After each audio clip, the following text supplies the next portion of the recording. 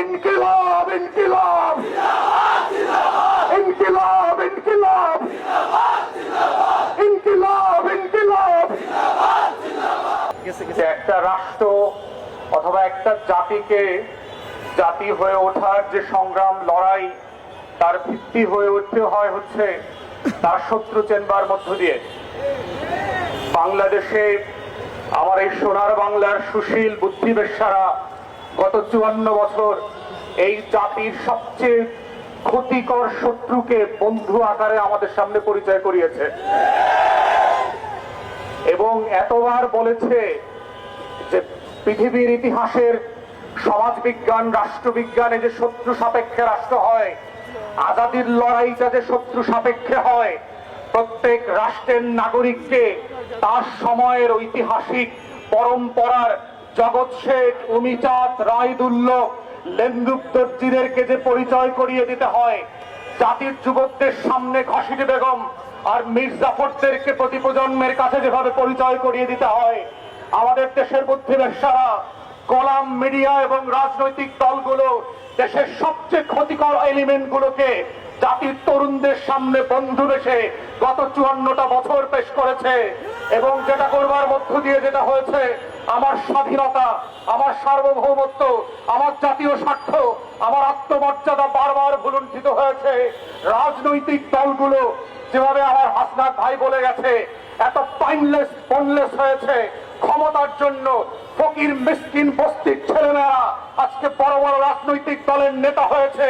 ওর নাম পরিচয় নাই, ওদের শিক্ষা দীক্ষা নাই, যারা শত্রু চেনে না, যারা আজাদির লড়াই বোঝে না, যারা হাজার বছরের ইতিহাসের স্বাধীনতা সার্বভৌমত্ব বোঝে না, ওই সকল ক্লাউন কোলামরা আজকে বাংলাদেশের রাজনৈতিক দলের নেতা। এবং তারাই প্রত্যেক পাড়ায় মহল্লায় এলাকাবাসীর কাছে ভোট চেয়ে বেড়াচ্ছে। তারা আগামী সংসদটাকে কিভাবে আজাদির সাথে বেইমানি করে, গণ অভ্যুত্থানের সাথে বেইমানি করে বাংলাদেশকে আবার নতুন করে দিল্লির কাছে বেঁচে দেবে, সেই নাটক মঞ্চস্থ চলছে। আমাদের বক্তব্য খুব পরিষ্কার, বাংলাদেশ 5ই আগস্টের অতীতে ফিরে যাবে না। বাংলাদেশে আওয়ামী লীগ ফিরে আসতে পারবে না। বাংলাদেশে দিল্লির দাসত্ব কায়েম হবে না। বাংলাদেশে কত সাংবাদিক সুশীলরা এদেশের আজাদির লড়াইকে দিল্লির কাছে বেচে দিতে পারবে না। এই বক্তব্য খুব পরিষ্কার।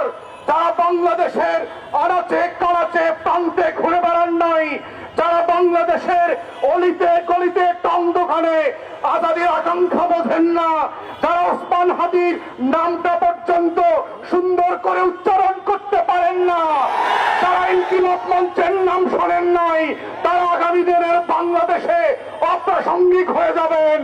এবং এটাই হচ্ছে আগামী দিনের রাজনীতির মূল তত্ত্ব কথা। এটাই হচ্ছে আজাদির বাংলাদেশ, এটাই হচ্ছে বাংলাদেশ 2। এবং সেই বাংলাদেশ 2 লড়াইতে একটা দুইটা বুলেট না, লক্ষ বুলেট দিয়েও এই আজাদির লড়াই বন্ধ করা যাবে না। আপনারা বারবার চেষ্টা করেছেন, হেফাজতের গণহত্যা হয়েছে, 1,64,000 বুলেট পেরেছিলেন। আওয়ামী লীগ ক্ষমতায় থাকতে পারে নাই। বিরোধী দলের 15,000 নেতা কর্মীকে গুম খুন করেছেন, আওয়ামী লীগ ক্ষমতায় থাকতে পারে নাই। পিলখানায় গণহত্যা করেছেন, আমার 57 জন সেনা কর্মকর্তাকে শহীদ করেছেন। দিল্লির আধিপত্য টিকে থাকে নাই। নির্বাচন ব্যবস্থা ধ্বংস করে দিয়েছেন। 16 বছর ধরে কলাম গণমাধ্যম দিয়ে বাংলাদেশের আজাদির বিপক্ষে প্রত্যেক দিন তথ্য সন্ত্রাস করেছেন। আওয়ামী লীগ ক্ষমতায় থাকতে পারে নাই। পরিষ্কার বক্তব্য, বাংলাদেশের মাটির রং বোঝেন নাই, আজাদির রং চেনেন নাই। ওটা আওয়ামী লীগের পতাকার রং না, ওটা লাল সবুজের রং। ওটার জন্য লক্ষ লক্ষ মানুষ জীবন দেওয়ার জন্য যেমন প্রস্তুত আছে, আগামী দিনেও থাকবে।